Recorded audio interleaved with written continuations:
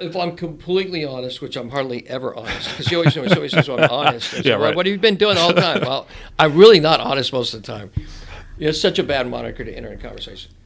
But I usually don't talk about this because I usually don't think about this. But my mom ran for Congress. My mom, when we moved from Bloomington, Indiana to Huntsville, Alabama, my mom was a liberal Democrat to this day. And she became the president of the League of Women Voters in Huntsville, Alabama. I don't know the dynamics. That was 73, 74. 1976, the 30-year congressman retires. And everybody was Democrats then. Yeah. So she throws her name in the hat. Now, she probably should have ran for city council or state assembly or something, but she runs for United States Congress. And my dad was such a good dude.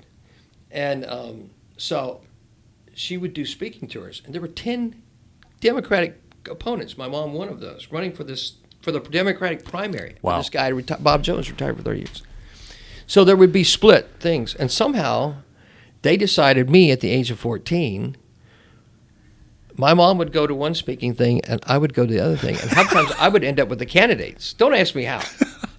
So I'm on a platform speaking with congressional candidates on behalf of my mom at 14.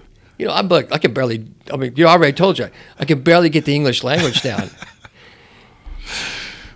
So from that, probably a little bit of bug got created. And then that was the same year that Jimmy Carter ran against Gerald Ford. My mom, remember, a liberal Democrat. Yeah.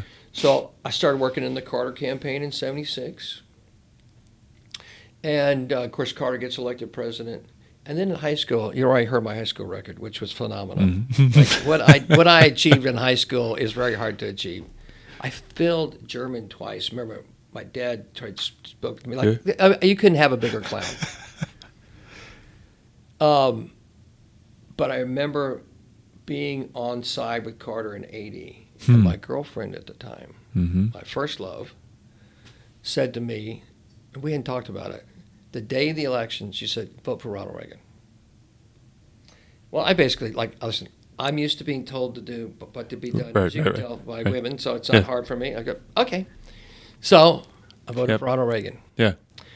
And then for the next 4 years, I made fun of Reagan because I was a liberal Democrat, right? Even though I was in the military, it took me, right? I'd had the picture of Reagan. You can see there's a picture of Reagan here now, like a real picture. But a picture of Reagan with Bonzo the Chip in college. So, you know what I mean? It's like, so 84, I vote for Mondale against Reagan. Nobody voted for Mondale, by the way. I'm one of 7 people. There's 7 people in the United States voted for Mondale in 84 against Reagan. I was one of those 7, along with my mom. That was the last vote I ever voted as a liberal Democrat. By 86, things had begun to turn, and I became what they called, I'm a fiscal conservative, socially moderate. Well, ultimately, the Constitution, the DOI became a guide. Once I started political science in economic college, and I was a decent student in college. I was a pretty good student. But I really just began to read. And I began to read vociferously. A lot of different stuff.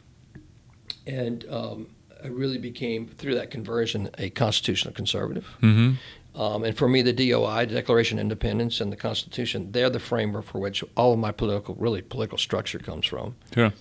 And I moved, and I became less of a social liberal Democrat and more of a constitutional conservative. And so it's kind of funny.